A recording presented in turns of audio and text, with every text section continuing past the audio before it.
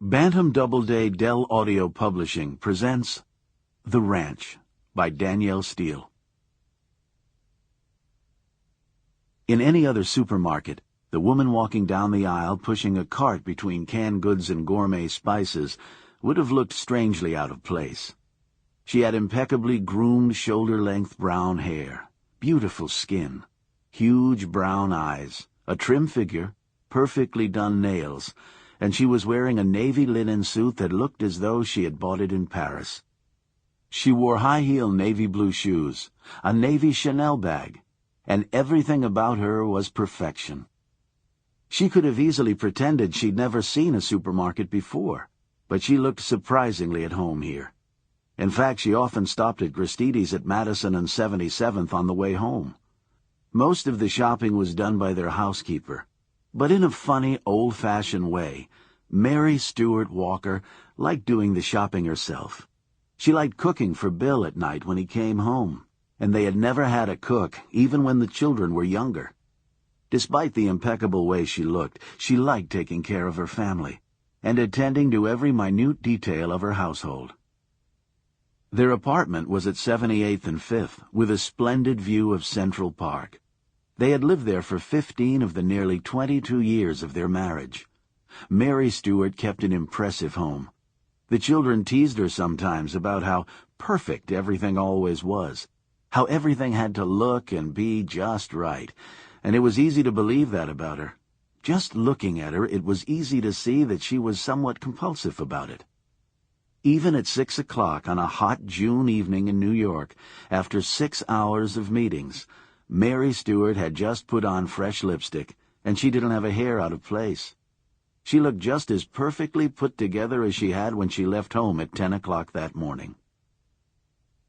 She selected 2 small steaks, 2 baking potatoes, fresh asparagus, some fruit, and some yogurt, remembering too easily the days when her shopping cart had been filled with treats for the children.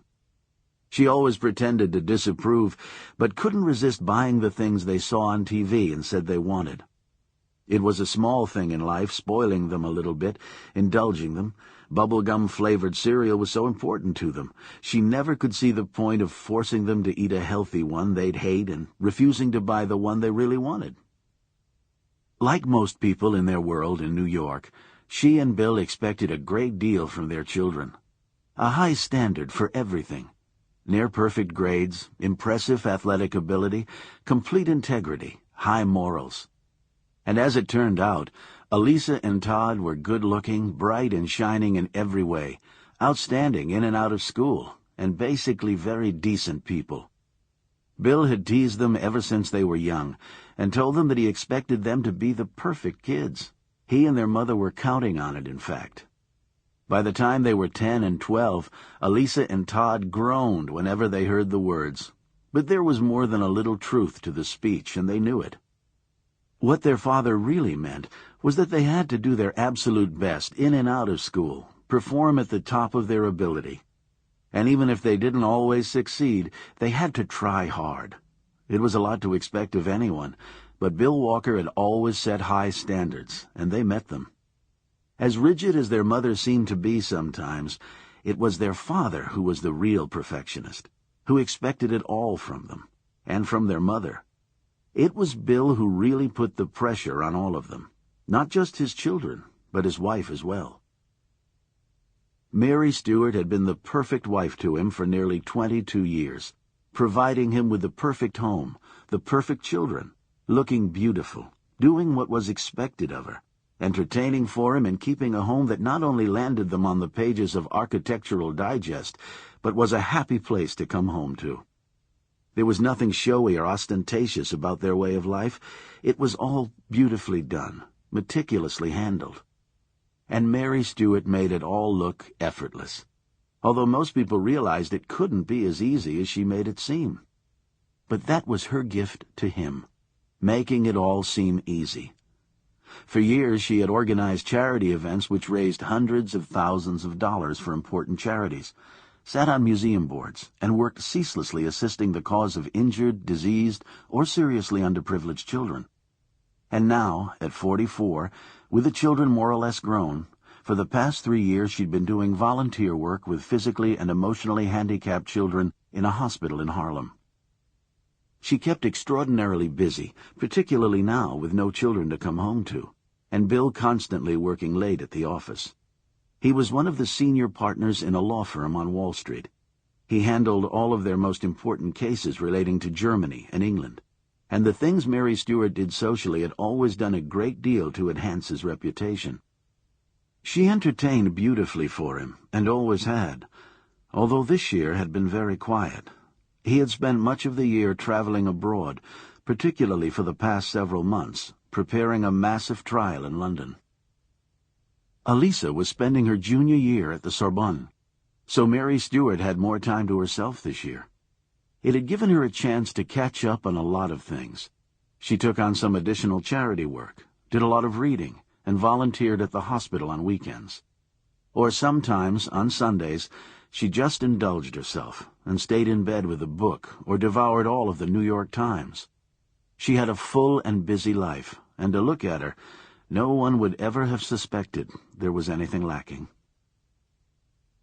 Mary Stuart had everything most people wanted, and yet as one looked at her, one sensed an edge of sadness. It was a kind of compassion one felt more than saw, a loneliness, perhaps, which seemed odder. How could anyone with Mary Stuart's looks and style, accomplishments and family, be lonely? When one sensed that about her, divining her with the heart rather than the eyes, it seemed strange and unlikely, and made one question one's own intuitions about her. There was no reason to suspect that Mary Stuart Walker was lonely or sad, and yet if one looked hard enough at her, one knew she was. Behind the elegant facade, there was something tragic about her. "How you doing today, Mrs. Walker?" The man at the checkout grinned at her. He liked her. She was beautiful, and she was always polite to him. She asked about his family, his wife, his mother for years before she died. "I'm fine, Charlie, thank you. It's hot today, isn't it?" she said. But she didn't look it. She never did. She looked calm and cool and unruffled. She was just one of those people. She looked as though nothing ever went wrong. She never lost control, and certainly never lost her temper. "They say it's going to be even hotter tomorrow," he said as he bagged her things, and saw her glance at the Enquirer, and then frown in disapproval. Tanya Thomas, the singing megastar, was on the cover. The headline said, "Tanya headed for another divorce. Affair with trainer breaks up marriage." There were terrible photographs of her, an inset of the muscle-bound trainer in a T-shirt, and another of her current husband fleeing from the press, hiding his face as he disappeared into a nightclub. Charlie glanced at the headlines and shrugged. "That's Hollywood. They all sleep around out there. It's a wonder they even bother to get married." "Don't believe everything you read," Mary Stuart said somewhat sternly, and he looked at her and smiled. Her gentle brown eyes looked troubled. "You're too nice about everyone, Mrs. Walker. They're not the same kind of people we are, believe me." He knew. He had seen some movie people come in regularly over the years, with different men and women all the time.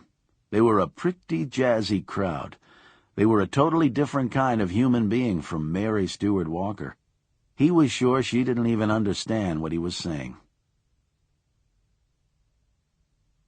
The building she went home to on Fifth Avenue was solid and old, and very handsome, and the view from their floor-through apartment was spectacular, particularly in winter, when Central Park was blanketed with snow and the skyline across the park stood etched in sharp contrast. It was lovely in summer, too. Everything was lush and green, and from their vantage point on the 14th floor, everything looked so pretty and peaceful.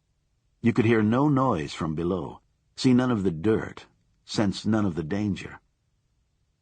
Mary Stuart walked the length of the apartment to the large, clean white kitchen, put the groceries away, and turned the oven on.